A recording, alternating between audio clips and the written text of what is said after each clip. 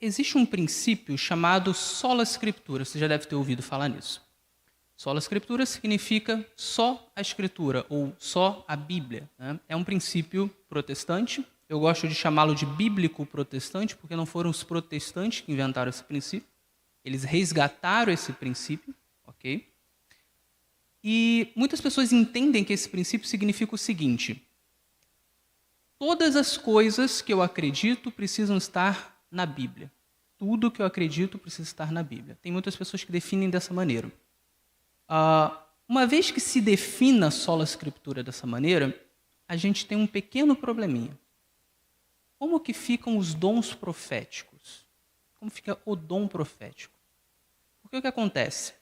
A Bíblia fala de um dom profético. A Bíblia fala de dons do Espírito. E ela fala, por exemplo, do dom do ensino. Ela fala do dom de ser mestre. Ela fala do dom de cura. E ela fala do dom profético. Mas se tudo que eu preciso acreditar, tudo que eu posso acreditar, está na Bíblia, tem que estar na Bíblia, então como é que fica o dom profético? Porque o profeta, muitas vezes, ele vai, por exemplo, fazer uma profecia nova, que não está na Bíblia Sagrada. Então a problemática que a gente vai trazer aqui hoje, né, que está ali escrita, é: se o princípio do sola escritura diz que não pode haver outras fontes de informação além da Bíblia, os escritos de Ellen White não podem ser inspirados. Para quem não conhece, Ellen White é considerada profetisa pela Igreja Adventista do Sétimo Dia. Então, como é que funciona essa questão do sola escritura e Ellen White? Se sola escritura diz que tudo tem que estar na Bíblia, então não tem como você ter Ellen White, não tem como você ter nenhum outro profeta extracanônico, nenhum outro profeta além da Bíblia, né? Por outro lado, se os escritos de Ellen White são inspirados, não pode haver sola escritura. Não vai ser só a Bíblia, vai ser a Bíblia e mais alguma coisa. Então, você tem aqui um conflito entre as duas coisas, ou pelo menos um aparente conflito. O problema, ou a problemática é: a Igreja Adventista do Sétimo Dia defende as duas coisas, tanto o sola escritura quanto o dom profético, a continuidade do dom profético.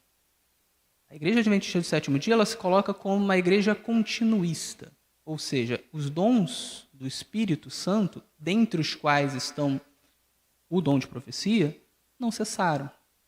Então, depois que os apóstolos morreram, continuou tendo pessoas com dom de cura, continuou tendo pessoas com dom de ensino, tem até hoje, e continuou tendo pessoas com o dom profético.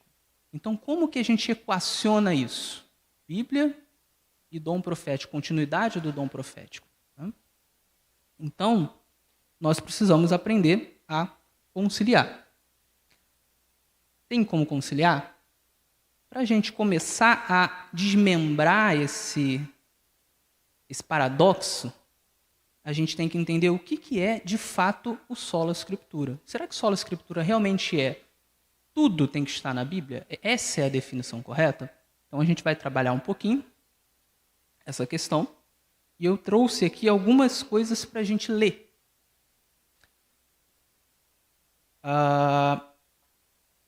Essa citação aqui é uma citação de Lutero, diante da dieta de Worms, em 1521. Lutero ele tinha sido convocado porque ele começou a falar sobre as ideias que se tornariam as ideias da Reforma Protestante, e a Igreja Católica, obviamente, não gostou disso. Então você teve um problema para Lutero, porque Lutero estava se colocando contra os ideais da Igreja Católica, contra as tradições da Igreja Católica. E ele foi convocado em uma dessas reuniões, né, chamada Dieta, em Worms, 1521, para poder falar sobre as suas ideias. E, após muito debate, perguntaram a ele se ele se retratava dessas ideias. E ele diz o seguinte: a menos que eu seja convencido pelo testemunho das Escrituras ou pela razão pura, pois não posso crer que apenas no Papa ou nos concílios, uma vez que é evidente que eles erraram repetidamente e contradizem-se entre si, considero-me preso às Escrituras que citei, e minha consciência é cativa da palavra de Deus. Então perceba aqui o que Lutero ele indica para a dieta de Worms. Ele indica que se as pessoas não pudessem convencê-lo daquelas ideias pela Bíblia, ou pela razão pura, raciocínio lógico, ele não poderia se retratar, ele continuaria firme nas Escrituras. Vamos contextualizar. Quais eram as ideias que Lutero estava defendendo ali naquele momento? Lutero estava defendendo principalmente a justificação pela fé. Havia um problema muito grande naquela época relacionado à venda de indulgências. As pessoas confessavam seus pecados para o padre e o padre ele dizia que essas pessoas poderiam conseguir um perdão através de uma oferta. Geralmente essas ofertas eram para construir templos, coisas do tipo. Então isso era uma indulgência. Havia também a noção popular naquela época de que se você quisesse diminuir o sofrimento de alguém que foi para o purgatório é uma doutrina católica, então se alguém quisesse diminuir esse tempo de sofrimento no purgatório, essa pessoa também poderia conseguir isso através de uma indulgência. Então ele ofertava e conseguia ajudar o seu parente que estava no purgatório. Quem não sabe, o purgatório seria um lugar intermediário entre o céu e o inferno. É uma doutrina católica. Algumas pessoas vão para o purgatório, ficam um tempo no purgatório e depois elas saem do purgatório. Essa é a doutrina católica. Então Lutero ele estava ensinando que não era assim que funcionava, que a justificação era pela fé e não por venda de indulgências, e não por algo que você faz através do dinheiro. Não é porque eu dei uma oferta que eu vou ser aceito por Deus. Não era assim que funcionava.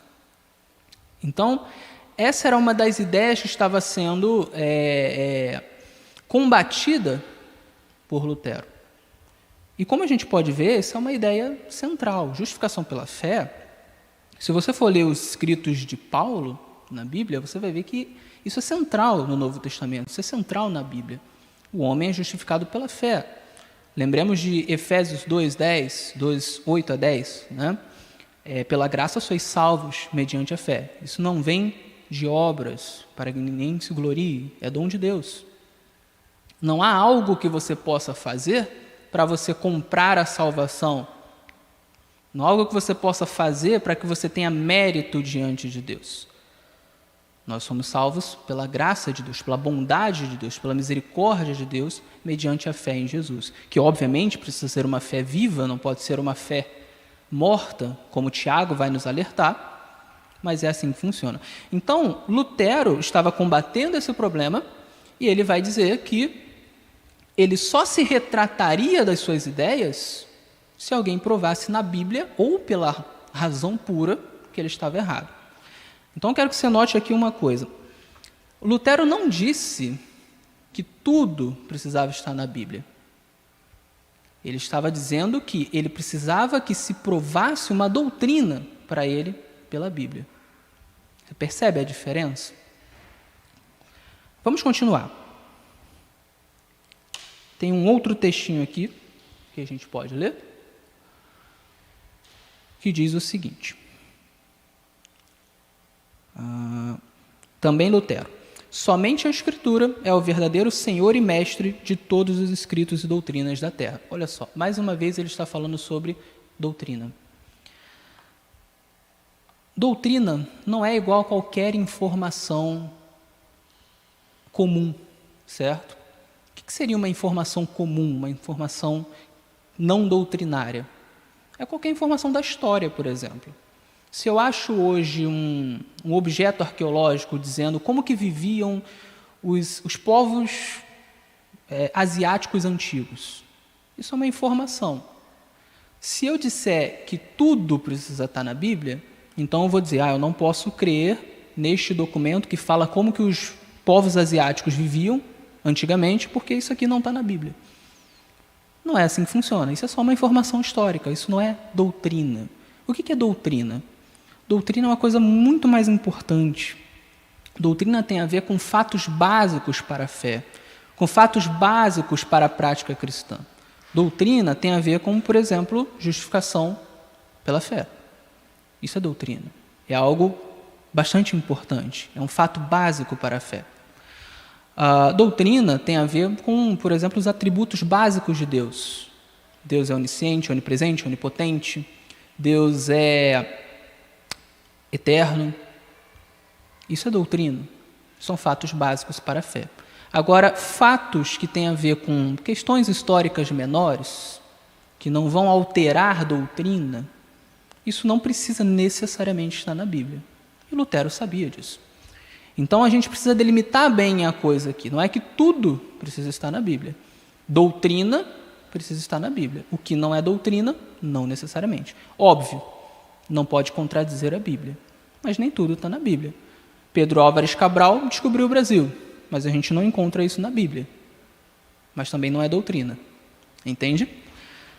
A gente passa mais um pouquinho e a gente acha aqui outro reformador, além de Lutero.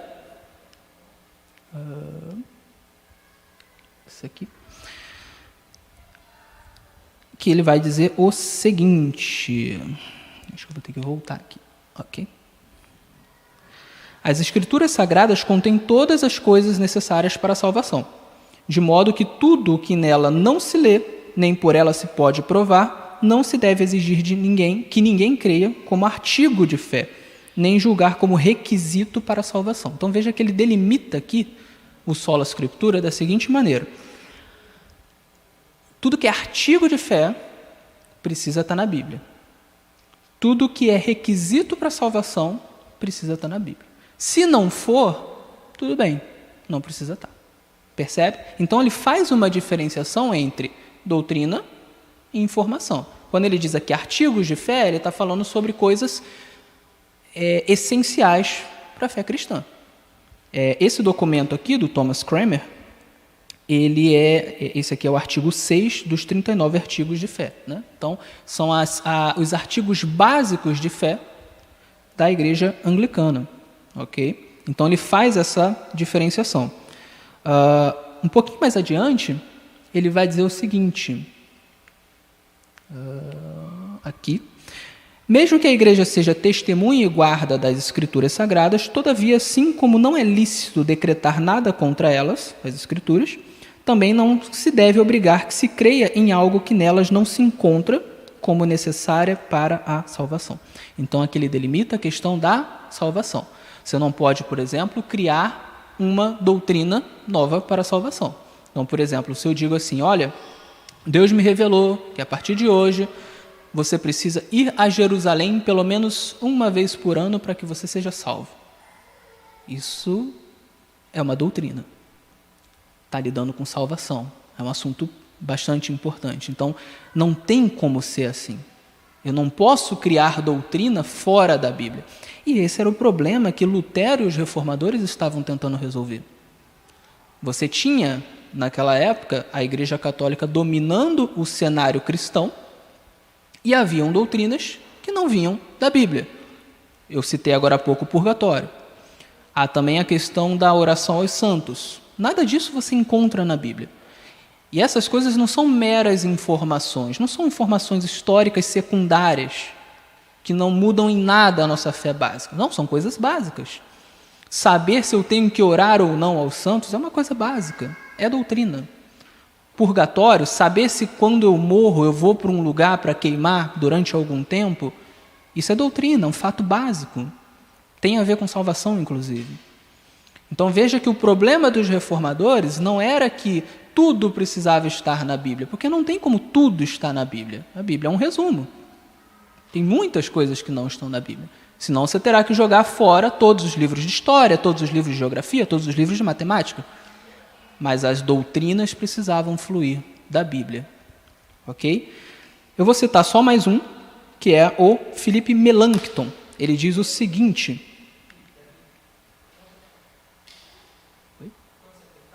Ponto para ok. Artigos de fé devem ser julgados simplesmente em conformidade com o cânon da Sagrada Escritura. O que for proposto que não esteja na Escritura não deve ser considerado como artigo de fé. Então, mais uma vez, aqui ele está delimitando a questão e falando sobre artigos de fé. Ou seja, doutrina. Ele não está falando sobre todas as informações. Então, quando a gente entende isso, a gente percebe o seguinte: a Bíblia ela não precisa ser uma regra para todas as informações. Você não vai adquirir todas as informações na Bíblia.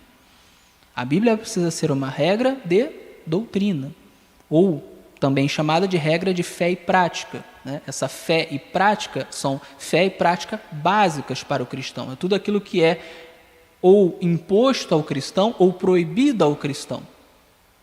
Ok? Essas definições, elas vão ser muito utilizadas por muitos reformadores. Então, você vai encontrar muita expressão regra de fé e prática, por exemplo.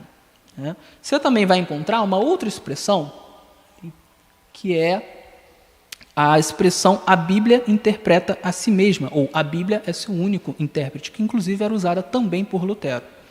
Então, essa também é uma derivação do que significa sola escritura. É a ideia de que a Bíblia consegue se interpretar a si mesma. Mas o que significa isso na prática? Na época da Igreja Católica, né, a época em que ela dominava o cenário cristão, você tinha o papel muito preponderante dos sacerdotes, eles chamam de sacerdotes até hoje, que são os padres, que é o seu magistério, o magistério da igreja, né? Os padres, os arcebispos, os bispos. E para a Igreja Católica até hoje, mas principalmente naquela época, os únicos que poderiam interpretar as escrituras eram esses sacerdotes, os padres. Então, se você queria saber o que diz as escrituras, você precisava depender do que os padres falavam. O problema disso é que, obviamente, os padres são falíveis, as pessoas são falíveis. Então você acaba tendo um risco muito grande de ter intérpretes que interpretam mal as escrituras. Então, no momento em que você coloca como intérprete último, máximo das escrituras uma pessoa, e não as próprias escrituras, essa pessoa ela pode interpretar mal. E aí como é que fica? Então, o sola escritura é um princípio que ele resgata essa questão de a Bíblia ser a sua própria intérprete e da Bíblia ser a regra de doutrina. Toda doutrina precisa estar na Bíblia e a Bíblia interpreta a si mesma. Ou seja, não existe intérprete infalível da Bíblia. Você precisa julgar o intérprete a partir da própria Bíblia. Ok? Esse é o princípio do sola escritura. Essas definições, elas não distinguem muito das definições dos próprios teólogos adventistas. Então, aqui a gente vai ver, por exemplo, o seguinte. Declaração de crenças fundamentais. Né? Aquelas 28 crenças que a gente tem. Né?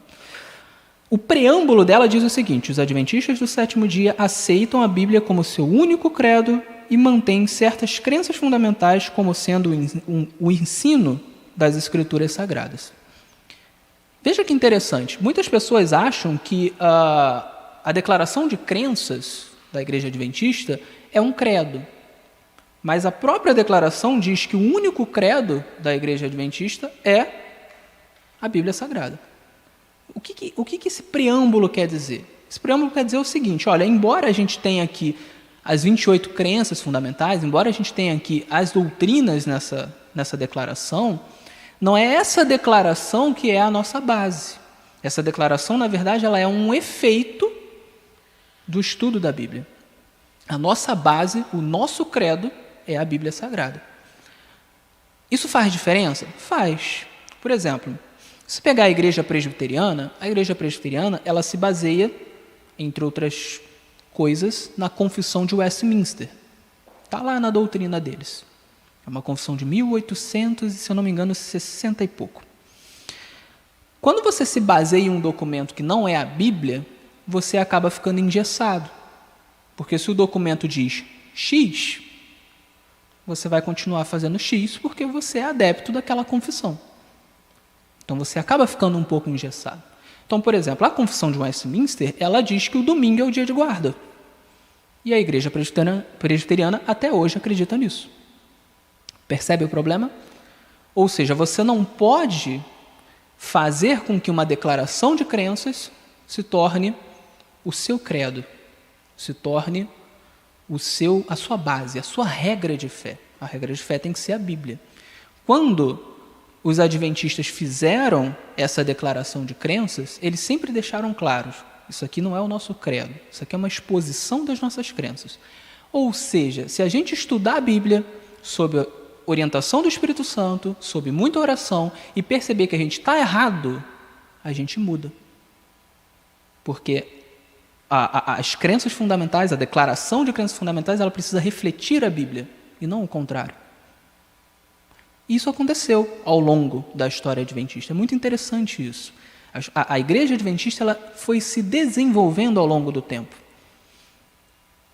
E eu me sinto muito satisfeito de fazer parte de uma igreja que, ao longo do tempo, foi deixando determinadas doutrinas que eram erradas e abraçando doutrinas que eram corretas. Foi desenvolvendo o seu campo doutrinário, porque não quis ter um credo. Percebe a diferença? A gente avança um pouquinho. No Tratado de Teologia, na página 49, você tem o seguinte: somente nas Escrituras Deus confiou à raça humana, sob a forma escrita, a suprema e autorizada revelação de sua pessoa e vontade, parâmetro esse pelo qual tudo o mais deve ser provado. Está na página 49. Então veja, para a Igreja Adventista, tudo o mais deve ser provado pelas Escrituras. Nas páginas 70 e 71, o tratado define sola escritura como o princípio de que somente a Bíblia, sola escritura, é a norma final da verdade. Então, até aqui, nós vimos que não tem diferença entre o que os reformadores falam sobre sola escritura e o que a Igreja Adventista entende. E aí a gente vem para a pergunta: e Ellen White? Como que a Igreja Adventista entende Ellen White? Seria ela uma exceção ao princípio do sola escritura? Será que Ellen White ela revela a doutrina, ela faz doutrina? Vamos ver. Na página 285 do livro Nisto Cremos, eu estou citando aqui só livros denominacionais, os principais, há a seguinte afirmação: os escritos de Ellen White não constituem um substituto para a Bíblia. E aí, por isso, não podem ser colocados no mesmo nível. Isso está no Nisto Cremos. Okay? É um livro denominacional. Se a gente continuar, a gente lê o seguinte, ainda no Nisto Cremos: as Escrituras Sagradas ocupam posição única, pois são o único padrão pelo qual seus escritos, ou quaisquer outros, devem ser julgados e ao qual devem estar subordinados. Então, veja bem, a Igreja Adventista, ela crê no dom de profecia, na continuidade do dom de profecia. Ela crê que Ellen White tinha esse dom profético. Entretanto, a própria Ellen White, os próprios escritos de Ellen White, precisam ser subordinados à Bíblia. É o que está no Nisto Cremos. Então, não existe essa de Ellen White criar doutrina que não está na Bíblia. O que ela fala precisa ser provado na Bíblia em termos de doutrina. A gente continua aqui. Os adventistas do sétimo dia apoiam plenamente o princípio da reforma, sola escritura, a Bíblia como seu próprio intérprete e a Bíblia sozinha como base de todas as doutrinas. Os fundadores da igreja desenvolveram suas crenças fundamentais por meio do estudo da Bíblia e não receberam tais doutrinas através das visões de Ellen White. Seu principal papel durante o desenvolvimento das doutrinas da igreja foi orientar a compreensão da Bíblia e confirmar as conclusões às quais se chegava pelo estudo da Bíblia. Então, em nosso livro Nisto Cremos, a gente tem ali essa afirmação de que todas as doutrinas que a Igreja Adventista tem, e essas doutrinas você pode conferir na Declaração de Crenças Fundamentais, são hoje 28 crenças fundamentais, Todas essas doutrinas, elas foram desenvolvidas a partir do estudo da Bíblia. Então, você não vai encontrar, por exemplo, nas 28 crenças fundamentais, algo como purgatório, que é algo que você não consegue encontrar na Bíblia. Você não vai encontrar nas 28 crenças fundamentais algo como devemos orar aos santos que já morreram. Você não vai encontrar isso na Bíblia. E, portanto, você não vai encontrar isso nas 28 crenças fundamentais. Percebe? Essas questões, Você não vai encontrar. Por quê? Porque não estão na Bíblia. Ellen White não revelava a doutrina. E aqui é que é o grande ponto-chave dessa palestra. Qual era o papel de Ellen White? Como entender o papel de Ellen White? Porque aqui nesse ponto, muitas pessoas se perguntam, tá, Davi, se a Bíblia é o padrão final para todas as doutrinas, e Ellen White não revelava a doutrina, o que ela fazia? No que consistia o dom profético dela? Muitas pessoas acham que a função de Ellen White é ser uma segunda Bíblia, uma Bíblia 2.0. Né? Falar aquilo que a Bíblia não fala em termos de doutrina. Mas não é isso. Nunca foi essa a função dela. A função dela era uma função de profetisa extracanônica. E aqui a gente vai falar um pouquinho sobre esse conceito de profetas canônicos versus profetas extracanônicos. O que são profetas canônicos? Profetas canônicos são aqueles profetas que escreveram a Bíblia, escreveram um livro, ou pelo menos uma parte da Bíblia. Daniel, Jeremias, Ezequiel, Isaías, todo o pessoal do Novo Testamento, Moisés. Essas pessoas são profetas canônicos. Eles escreveram a Bíblia. O que eles escreveram se tornou parte do cânon das Escrituras Sagradas. São profetas canônicos. Mas existem os profetas extracanônicos, e esses profetas extracanônicos, eles são mencionados até pela própria Bíblia. Por exemplo, Hulda. Hulda foi uma profetisa extracanônica. Não tem nenhum livro na Bíblia que se chama Hulda, livro de Hulda. Ido foi um profeta extracanônico. Não tem um livro na Bíblia chamado Livro de Ido. Ágabo foi um profeta extracanônico. No Novo Testamento tem o João Batista, foi um profeta extracanônico. A Bíblia chama todos esses de profetas. Tem as 4 filhas de Filipe, foram profetisas extracanônicas, do Novo Testamento também. Todas essas pessoas foram profetas, tinham o dom de profecia, dado pelo Espírito Santo, mas não escreveram uma linha da Bíblia Sagrada. Então você veja, eram 2 tipos de profeta. Natã, a gente não conhece o que escreveu Natã, mas a Bíblia fala que ele tinha escritos. Ele teve visões e deixou escritas, mas não está na Bíblia. Muitos profetas escreveram coisas que não se encontram na Bíblia hoje, se perderam no tempo. Então, o que acontece? Ellen White não foi uma profetisa canônica. Ela não foi uma profetisa como Daniel, em sua função. Daniel teve, entre outras funções, escrever um livro que virou Bíblia. Ellen White não escreveu nenhum livro que virou Bíblia. Ela escreveu muitas coisas, mas que não são Bíblia. Percebe que a função é diferente? Não é igual, são funções diferentes. O profeta extracanônico, geralmente tem a função de fazer as pessoas voltarem à Bíblia. Esse é um ponto interessante. E nós, como continuistas, nós acreditamos que esse dom nunca cessou. Esse dom continuou. E aqui entra a segunda parte do que eu queria falar. Continuidade dos dons da Bíblia, do Espírito Santo na Bíblia. Não existe uma passagem na Bíblia que diga assim: os dons do Espírito Santo vão cessar quando o último apóstolo morrer. Existem cristãos que são chamados cessacionistas, eles acreditam nisso, que os dons cessaram quando o último apóstolo morreu. Os dons eram só para a igreja apostólica. Então, João morreu, acabaram-se os dons. Só que isso é complicado de defender. Primeiro, porque não tem nada na Bíblia que diga isso. Que diga que os dons, eles são apenas para os apóstolos, eles são apenas para o primeiro século. Não diz, não tem isso na Bíblia. Segundo, existe uma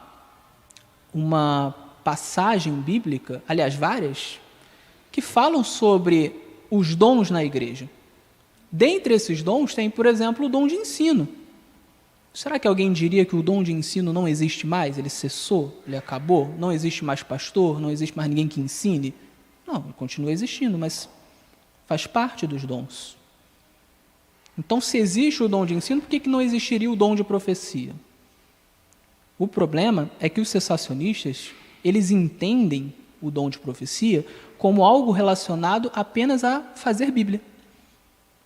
Na mente deles é como se o dom de profecia tem como objetivo único fazer Bíblia. Então, se João, que foi o último apóstolo, morreu, fechou o cânon, não precisa mais de profeta. Essa é a mentalidade dos cessacionistas. Mas onde na Bíblia está escrito isso? Onde na Bíblia está escrito que o profeta ele só serve para fazer Bíblia? Em nenhum lugar. Aí o sola escritura. Cadê a doutrina na Bíblia de que o profeta só serve para fazer Bíblia? Não tem essa doutrina na Bíblia. O que você tem na Bíblia é profetas que ajudaram a compor o cânon bíblico e profetas que não ajudaram a compor o cânon bíblico. Profetas canônicos e profetas extracanônicos. E você vai encontrar passagens falando sobre o dom de profecia na igreja. Paulo, ele vai dizer em uma das suas cartas, em Coríntios, que o principal dom era o dom de profecia. Então, a gente tem algumas passagens, né? Não dá para ler todas elas, mas a gente tem algumas passagens falando sobre os profetas extracanônicos, então quem quiser conferir depois pela internet pode olhar. Nós temos aqui Uda, Débora, Natã, tem as passagens aqui, Ido, Jeú, Elias, Eliseu. E nós temos também algumas passagens falando sobre a continuidade dos dons, né? Então você tem aqui Paulo escreve aos Tessalonicenses sobre os dons. Você tem aqui passagem de Crônicas sobre o dom de profecia. Você tem a passagem de Provérbios 29:18, que é muito conhecida, né? A ideia de que sem profecia o povo se corrompe, né? Existe essa passagem. Eu recomendo muito a leitura de 1 Coríntios 12 e 1 Coríntios 14, onde se fala principalmente dos dons. E Paulo vai falar sobre o dom de profecia, e vai falar que o dom de profecia é o mais importante. Ele vai falar que as pessoas deveriam buscar os dons do Espírito, em especial o dom de profecia. Então você tem várias passagens sobre a continuidade dos dons. E aqui, a gente já está terminando, a gente precisa pensar no seguinte: se defendemos o sola scriptura, ou seja, todas as doutrinas precisam estar baseadas na Bíblia, e uma das doutrinas que a gente consegue achar na Bíblia claramente é a continuidade dos dons, incluindo o dom de profecia, então o conceito de sola scriptura que a gente tem precisa bater com o conceito de continuidade dos dons. Você não pode anular. Você não pode dizer, não vou acreditar na continuidade dos dons, não vou acreditar na continuidade do dom de profecia, não vou acreditar que pode ter um profeta extracanônico. Mas está na Bíblia. A Bíblia diz. E não há nada na Bíblia que diga o oposto. Você não consegue encontrar na Bíblia a doutrina cessacionista, a doutrina em que os dons foram terminados. Então, se queremos ser sola scriptura, precisamos entender que, sim, pode haver um profeta fora da Bíblia. E a gente precisa ter uma definição de sola scriptura que abarque a ideia de ter um profeta fora da Bíblia. E a grande questão aqui é, o que esse profeta fala? Se esse profeta fora da Bíblia, esse profeta extracanônico, ele cria doutrina nova, ou ele altera as doutrinas que já existem, tem algum problema. Mas se esse profeta ele não está criando doutrina nova, ele não está alterando doutrina, ele está fazendo as pessoas voltarem para a Bíblia, ou então fazendo profecias, então não há problema. Vamos pegar um exemplo. Ágabo. Ágabo, ele profetizou 2 vezes na Bíblia. É um profeta extracanônico. Está lá em Atos. Vamos ler, né? Se vocês quiserem abrir, Ágabo, Atos 11, 27 a 30.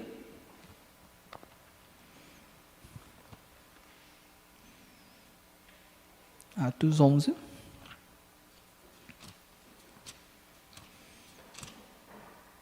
(27 a 30) diz assim: Naqueles dias, alguns profetas foram de Jerusalém para Antioquia, E apresentando-se um deles, chamado Ágabo, dava a entender pelo Espírito que haveria uma grande fome em todo o mundo.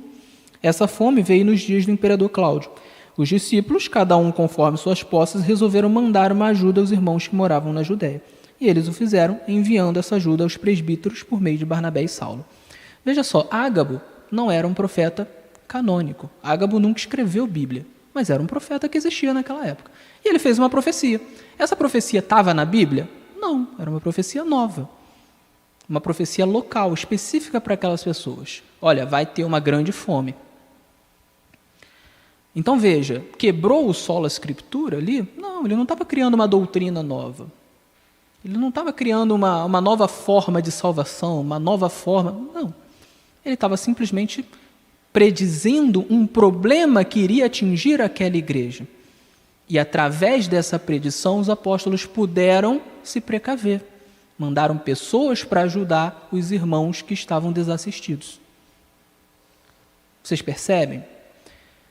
Então veja bem, o profeta extracanônico, se ele não está criando doutrina nova, se ele está simplesmente ajudando a igreja com predições específicas, ou fazendo a igreja voltar para a Bíblia, então qual é o problema? Não há problema nenhum. Ele pode existir. Então pode haver o sola scriptura ao mesmo tempo em que há um profeta extracanônico. Tudo depende da definição que se tem. E como já vimos, a definição correta, a definição que os reformadores tinham, não era uma definição que excluía necessariamente qualquer coisa que não está na Bíblia. Excluía, sim, doutrinas que não estão na Bíblia. A exemplo das doutrinas católicas que eu mencionei agora há pouco. Já perto do final, o que a própria Ellen White dizia sobre o sola scriptura? Isso é importante, né? O que a própria profetisa dizia? Será que ela era favorável ao sola scriptura? Ou será que não? Que ela falou, não, nós somos igual aos católicos. Não acreditamos no sola scriptura. Será que era essa a posição de Ellen White? Vamos ver. No meu livro, que eu falo sobre esse assunto, e eu costumo dizer que eu escrevo melhor do que falo, então, se vocês não gostarem dessas palestras, o livro é melhor. Os 3 primeiros capítulos, eles contam com 110 citações de Ellen White sobre o sola scriptura. Ok? Obviamente, não dá para eu ler as 110, eu escolhi algumas, mas quem quiser ler o livro, ele é de graça, é só baixar na internet e vocês podem ler as 110 citações sobre sola scriptura. Veja o que ela diz aqui em uma delas. Essa aqui é uma carta que ela escreveu a um casal chamado casal Colcord. Ela diz o seguinte: no trabalho público, não dê destaque e não cite o que a irmã White, ela está falando dela mesma, escreveu como autoridade para sustentar suas posições. Fazer isso não aumentará a fé nos testemunhos. Os testemunhos são os escritos de Ellen White. Traga suas evidências claras e simples da palavra de Deus. Assim diz o Senhor, é o testemunho mais forte que você pode apresentar ao povo. Que ninguém seja educado a olhar para a irmã White, mas para o Deus poderoso que dá instruções à irmã White. Então veja, Ellen White está dizendo aqui o seguinte, olha, você não precisa, quando vai debater com alguém, me citar. Prova as doutrinas pela Bíblia. Porque as nossas doutrinas podem ser provadas pela Bíblia. Ela diz, se você ficar me citando para quem não crê em mim, a pessoa não vai acreditar, a pessoa não crê em mim. Então você prova pela Bíblia. Note, se ela está dizendo que não era necessário citá-la para quem não acreditava nela, que dava para usar só a Escritura, então ela estava defendendo só a Escritura. Ela estava dizendo a Escritura é suficiente. Ela estava dizendo o seguinte, não há nenhuma doutrina nossa que você vai precisar de mim para poder convencer alguém. Você pode convencer só pelas Escrituras. Ah, Davi, então isso significa que ela estava dizendo que o trabalho dela não era importante? Não, de forma alguma. O que ela estava dizendo é, o meu trabalho não é revelar a doutrina. As doutrinas estão na Bíblia. A minha função é outra. Eu tenho função de exortar, eu tenho função de fazer as pessoas voltarem para a Bíblia, eu tenho função de falar contra heresias, eu tenho a função de fazer profecias para que as pessoas se preparem, mas não de revelar doutrina. Essa função é da Bíblia. Então, se você quer convencer alguém que não acredita em mim, pode usar só a Bíblia. É isso que ela está dizendo. Ela está dizendo que é possível isso. Ou seja, ela era favorável ao sola escritura. Vamos lá. No Grande Conflito, o Grande Conflito é um livro muito interessante, porque é um livro em que Ellen White ela fala muito bem da reforma protestante. Ela vai falar de Lutero, ela vai falar de Calvino, ela vai falar de Zwinglio, ela vai falar de Melanchthon. Todos os grandes reformadores ela fala e fala muito bem. E ela cita umas 5 ou 6 vezes que o grande princípio da reforma era o princípio da Bíblia e a Bíblia só, que é o sola escritura. Ela fala isso umas 5 ou 6 vezes. É o grande princípio das Escrituras. Ou seja, ela está dizendo, o sola escritura é aquilo que define o protestante.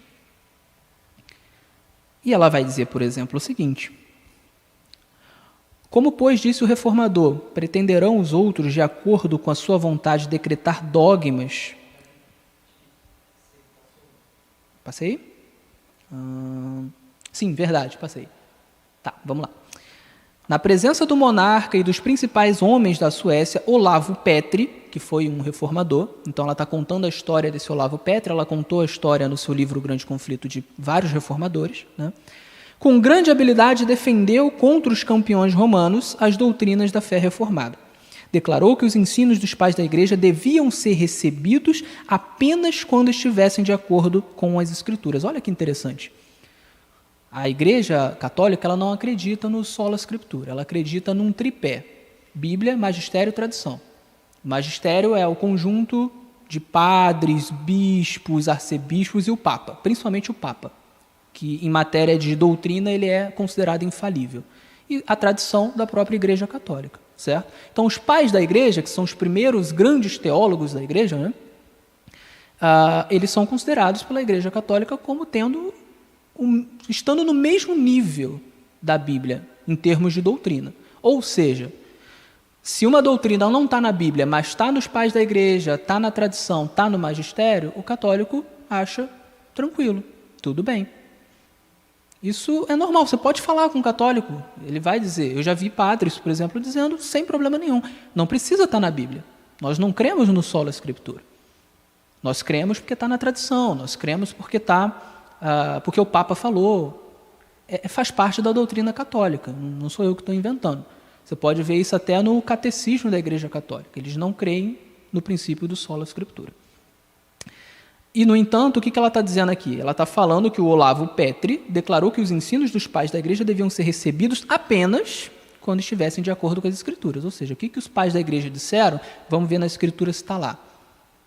As doutrinas que eles estão ensinando estão nas Escrituras, então a gente aceita. Não estão? Então a gente não aceita. Ou seja, os pais da Igreja não são infalíveis. E ela continua, que ele ensinou que as doutrinas essenciais da fé são apresentadas na Bíblia de maneira clara e simples, de modo que todos os homens as possam compreender.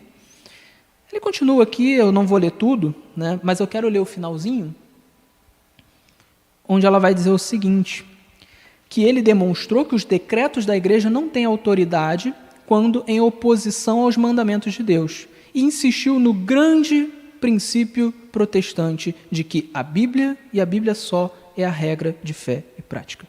O Grande Conflito, página 243. Ela fala isso de maneira elogiosa. Ela concorda com isso aqui. São palavras de Ellen White. Uma última. Ela diz o seguinte: se os pilares de nossa fé não resistirem ao teste da investigação, é hora de sabermos disso, pois é tolice nos firmar em nossas ideias e pensar que ninguém deve interferir em nossas opiniões, que tudo seja trazido para a Bíblia, pois é a única regra de fé e doutrina. E ela continua mais adiante. Devemos estudar a verdade por nós mesmos. Não se deve esperar que nenhuma pessoa viva pense por nós. Não importa quem seja a pessoa ou em que posição ela possa estar. Não devemos considerar nenhum ser humano como um critério perfeito para nós. Devemos aconselhar-nos juntos e estar sujeitos uns aos outros. Mas Ao mesmo tempo, devemos exercitar a capacidade que Deus nos deu de aprender o que é a verdade. Então veja, para Ellen White, não há um problema em você aprender com os outros. Ela diz, nós devemos sim nos aconselhar uns com os outros. E é por isso, aliás, que um pastor é importante, que um profeta extracanônico é importante. Todas essas pessoas ajudam a nos aconselhar, cada um com a sua função. Mas ela diz assim, apesar disso, você não deve deixar que ninguém seja critério de interpretação para você. Ou seja, eu acredito nessa interpretação só porque o fulano falou. Isso ela era contra. Por que ela era contra? Porque Ellen White ensinava que a Bíblia interpreta a si mesma. Então, se você vai à Bíblia em espírito de oração, usando os princípios corretos, básicos, lógicos de interpretação textual, análise do contexto temático, análise do contexto histórico, análise linguística, análise estilística, análise teológica, se você vai à Bíblia com o espírito humilde e com as regras básicas de interpretação, a Bíblia vai te dizer qual é o correto. Então você não deve crer porque alguém crê, porque o pastor crê. O pastor falou que o domingo é o dia de guarda. Eu creio porque é o meu pastor. Ou o pastor falou que o sábado é o dia de guarda. Eu creio porque o pastor falou. Não é assim que funciona. Era assim que funcionava na Idade Média. O padre falava e era isso aí. Mas Ellen White está dizendo que a gente tem que ir para a Bíblia e a própria Bíblia irá nos falar. Sola Escritura. Mas para terminar, a gente falou sobre tudo isso, entendemos que Ellen White defendia o Sola Escritura, entendemos que Sola Escritura não é tudo estar na Bíblia, que Sola Escritura tem a ver com doutrina e não com qualquer informação. A gente entendeu isso, mas o Sola Escritura é bíblico? Isso é uma pergunta interessante. Alguns católicos, às vezes, eles perguntam, legal, você defende, o Sola Escritura, mas o Sola Escritura é bíblico? Você consegue ir à Bíblia e achar o Sola Escritura ali? Eu digo que sim. Para você achar o Sola Escritura na Bíblia, primeiro você precisa avaliar como a Bíblia trata as tradições. Lembra que eu falei que a Igreja Católica não acredita no Sola Escritura, mas acredita num tripé? Tradição, magistério e Bíblia. Para eles, essas três coisas têm as mesmas funções. Pois bem, então a gente precisa entender se a Bíblia também enxerga dessa maneira. Será que a Bíblia enxerga dessa maneira? Será que a Bíblia ela acha que as tradições elas são iguais à Bíblia e elas são iguais ao magistério? Será que para a Bíblia o magistério, ou seja, os padres, os pastores, eles são infalíveis? Será que a tradição é infalível? Então a gente tem que avaliar como ela trata as tradições, como ela trata o magistério e como ela trata a si mesma. E aí a gente vai saber se a Igreja Católica está certa ao defender esse tripé. Como é que a gente sabe disso? Bom, não dá para botar todas as passagens que falam sobre essa questão, mas existem algumas. Isaías 8, 19 e 20, por exemplo, é uma passagem muito interessante. Não vou abrir aqui, mas ela diz o seguinte: existiam pessoas que estavam consultando os mortos. E a passagem vai dizer assim: quando disserem para vocês, vamos lá consultar os mortos, diga à lei e ao testemunho. Ele está falando aqui das Escrituras. Vou me consultar com as Escrituras, não com mortos. Você tem Mateus 17, 48, por exemplo, que é o Sermão do Monte. E é muito interessante o Sermão do Monte, porque durante todo o sermão, Jesus ele vai contra as tradições dos anciões, dos rabinos, dos mestres. Então os mestres ensinavam uma coisa, ensinavam um tipo de interpretação, e aí Jesus ia lá e ensinava outro e dizia, isso aqui está errado. Mas o magistério não é infalível? Os mestres não são infalíveis? Para Jesus, não. Não era isso que ele defendia. Ele defendia que os mestres poderiam errar. Você vai encontrar, por exemplo, em Mateus 15 e também em Marcos 7, uma história interessante, que é a história de quando os fariseus, os mestres fariseus, foram reclamar porque os discípulos não lavavam as mãos antes de comer. E era uma lavagem, não era uma lavagem simplesmente higiênica, tinha todo um ritual a ser feito, era uma lavagem ritualística mesmo. Entendia-se que se não fizesse da maneira como os fariseus entendiam que era o correto, eles estavam em pecado. Isso não está na Bíblia, é uma tradição. E eles dizem isso na passagem, eles vão dizer: por que os seus discípulos transgridem a tradição dos anciões? Transgridem a tradição dos rabinos, como se a tradição fosse infalível. E Jesus vai dizer o quê? Vai dizer assim: olha, vocês transgridem a própria lei de Deus com base nas tradições de vocês. Então aqui Jesus ele está colocando as tradições como estando abaixo das Escrituras, enquanto que os rabinos muitas vezes colocavam as tradições acima das Escrituras. É só você ler Mateus 15, Marcos 7. Você vê qual era a posição de Jesus em relação às tradições. Ele não colocava no mesmo patamar. Se você vai em Atos 17, também você tem uma passagem muito interessante. É a passagem conhecida dos bereanos, certo? Qual era por que os bereanos eram mais nobres, segundo o apóstolo Lucas? Porque eles aceitavam a palavra, mas eles iam lá averiguar para ver se tudo que Paulo e os pregadores estavam falando realmente estava nas Escrituras. Então eles chegavam lá e diziam assim: olha, Jesus morreu e tal, e ele fez tudo conforme as profecias, tudo conforme Isaías, tudo conforme Jeremias, Daniel. E aí eles: opa, interessante, mas vamos lá nas Escrituras para ver se realmente as coisas são de fato assim. E Lucas vai dizer: eles eram mais nobres. Eles eram mais nobres por causa disso, desse espírito investigativo. O espírito bereano era o espírito de investigar as Escrituras para deixar as Escrituras falar por si mesmo. Então, para terminar, o que a gente pode tirar de lição em relação a isso? Muitas pessoas deixam de conhecer melhor a Igreja Adventista, a fé adventista, porque olha para Ellen White e pensa: não, Ellen White é contrária à Bíblia. Ou eu aceito a Bíblia, ou eu aceito Ellen White. Não, Ellen White é uma Bíblia 2.0. Tem doutrinas novas nela. Tem coisas que são contrárias à Bíblia em Ellen White. Ellen White é uma rival da Bíblia. A Igreja Adventista é igual à Igreja Católica nesse sentido. Ela tem duas fontes de doutrina. Muita gente pensa isso.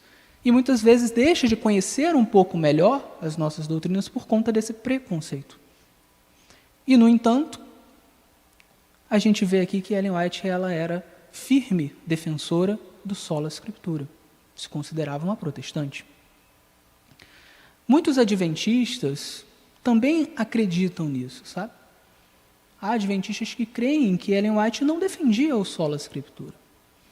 E muitas vezes esses adventistas, por crerem nisso, eles acabam apresentando uma Ellen White diferente para as outras pessoas. Se coloque num lugar de um protestante, você que é adventista. O protestante, ele crê no sola scriptura. Se você chega para ele e apresenta Ellen White de uma maneira errada, como se Ellen White fosse contra o sola scriptura, ele vai dar 2 passos para trás. Quando eu não sou adventista de berço, eu comecei a estudar a fé adventista no ensino médio. E o que me fez entrar na igreja adventista foi justamente o sola scriptura. Porque na minha cabeça de protestante, eu só poderia entrar na igreja adventista se todas as doutrinas que as pessoas estavam me ensinando, sábado, mortalidade da alma, a distinção entre alimentos puros e impuros, reforma de saúde, santuário, todas essas coisas tinham que estar na Bíblia. Se não me provasse na Bíblia, porque são doutrinas, não são meras informações históricas, são doutrinas. Se não tiver na Bíblia, nada feito. Não tem como resolver. Não tem como eu aceitar. E eu fui estudando com um pastor. Depois estudei sozinho. E percebi que todas essas doutrinas estavam na Bíblia. E então, Ellen White, e agora? Será que essa mulher realmente é favorável ao sola scriptura? E eu fui e estudei. Eu li 2 livros dela. O Desejado de Todas as Nações e o grande conflito. Li, sublinhei, fiz resumo e cheguei à conclusão de que ela não criava nenhuma doutrina nova, de que ela não modificava nenhuma doutrina básica para a nossa fé. O trabalho que ela fazia era extremamente bíblico. Você pode ler os livros, você vai constatar. Então, o que fica aqui para a gente de lição é, primeiro, não tenha preconceitos. Vá até lá nos livros, vá até lá no Tratado de Teologia, vá até lá no Nisto Cremos, vá até lá no Questões sobre Doutrina, são livros denominacionais, oficiais. Procure lá o que a igreja acha sobre o Sola Escritura. Vá em Ellen White, procure o que ela achava sobre Sola Escritura. Vá no meu livro, tem 110 citações sobre Sola Escritura. Se você tem dúvida sobre isso, dê uma olhada.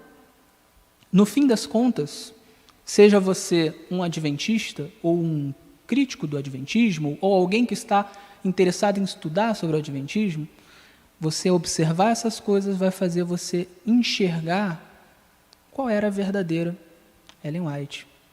E enxergar como que ela considerava esse princípio um princípio importante. E se ela foi de fato uma profetisa inspirada e ensinou que o Sola Escritura é o maior princípio protestante, então isso é importante para todos nós.